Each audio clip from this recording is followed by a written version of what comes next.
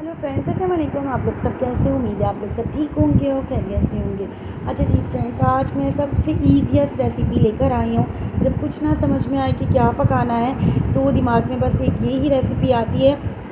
मैं किस तरह बनाती हूँ वो मैं रेसिपी आपसे शेयर कर रही हूँ, वरना इसको सभी परफेक्टली डन करते हैं, परफेक्टली कुक करते हैं। आइए चलिए रेसिपी की तरफ आते हैं। सबसे पहले एक पैन में मैंने तेल ले लिया है, जिसमें मैंने एक प्याज को अच्छी तरीके से ब्राउन किया है।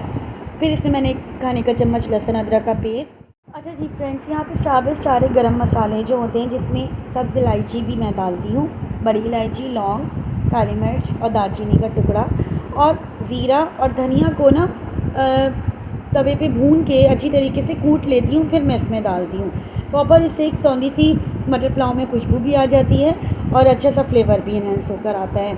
अच्छा जी, यहाँ पे जैसे हम आलू की चिप्स काटते हैं उस तरह मैंने इसमें मटर पुलाव में आलू डाले हैं। इससे एक तो ये होता है बच्चे अट्रैक्ट होके ये रेसिपी को जल्द से जल्द खा लेते हैं। अच्छा जी, यहाँ पे मैंने एक प्याले की क्वांटिटी ली है, तो हाफ़ कप मैंने मटर डाले हैं।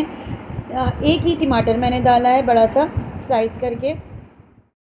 अच्छा जी फ्रेंड्स, यहाँ पे मैं नमक डालूँगी और हरी मिर्ची का पेस्ट जो होता है पीसा हुआ, वो एक खाने का चम्मच मैंने इसमें डाला है। That's it. इसके अलावा मैंने इसमें कोई स्पाइस ऐड नहीं किए हैं, ना लाल मिर्ची ना कुछ भी नहीं।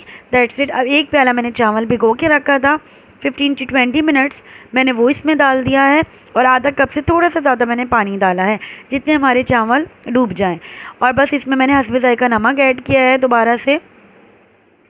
जब तक इसका पानी ड्राई होगा तब तक बस मैं इसको कुक करूँगी। इसके बाद मैं इसमें टमाटर, हरी मिर्ची वगैरह गार्निश करके इसे दम पे लगा दूँगी ऑलमोस्ट 10 मिनट के लिए। That's it. इसके अलावा मैंने इसमें कुछ नहीं डाला है। बहुत से लोग इसमें फूड कलर यानी जर्दे का रंग भी ऐड करते हैं। हमारे यहाँ से ज़रा वाइट ही मटर पुलाव खाया जाता है। मेहमानों के लिए अगर हम इसे सर्व करते हैं तब हम इसमें फूड कलर डाल देते हैं। ये रेसिपी सब परफेक्टली ही कुक करते हैं, लेकिन सबके बनाने का तरीका अलग होता है। मैंने जस्ट आपसे अपनी रेसिपी शेयर की है, तो प्लीज़ मेरे चैनल को लाइक शेयर सब्सक्राइब कर दीजिएगा। मटर पुलाव ज़रूर ट्राई करिएगा। साथ मैंने लहसुन की चटनी भी बनाई थी, ये आप मेरे चैनल से चेक कर सकते हैं। अल्लाह हाफ़िज़।